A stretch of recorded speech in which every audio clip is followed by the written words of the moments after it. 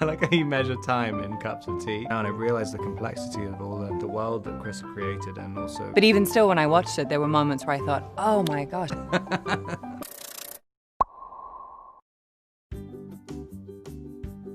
I really wanted this role, and I think, and it took quite a while to find out if I got it or not. I remember being in my car and sitting, I was so excited. I'd left so quickly after reading the script to call Emma and Chris to say how great it was, that I was so happy about the whole thing, but I forgot to call them, and I was just sitting in my car, just kind of completely lost in my head in bliss.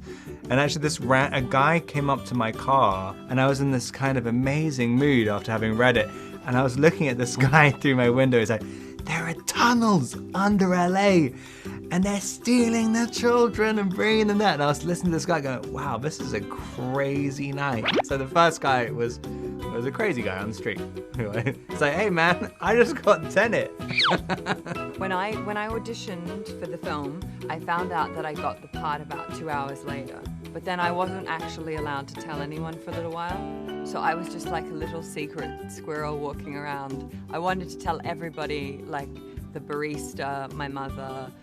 But I think the first person I actually told was my sister. I think I called my sister. I think I definitely read it slower than Rob. I don't remember how long I was in there, but I was in there long enough to make 3 cups of tea. So probably about 2.5 hours. Well, actually, yeah, maybe about 2.5 hours. I like how you measure time in cups of tea. I do. I think I was so desperate to get on the phone and say yes to do the movie, but I was kind of, I think I've never read anything quicker in my entire life. I barely even knew what happened in the story. I just wanted to just read it as fast as I possibly could. I would just scan reading it. So probably about 10 minutes. Really? Quite intense.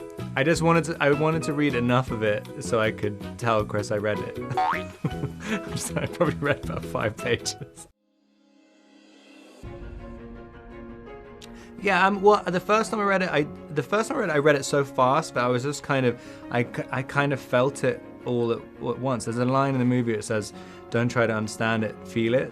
As soon as I started reading it slower and trying to break it down, I realized the complexity of all the world that Chris created, and also, but I think it's kind of satisfying. That's why a lot of people like Chris's movies. The more you kind of dig into them, there's just more and more and more, and you might not necessarily ever find like an answer to what you're looking for. It's just, they're quite mysterious movies.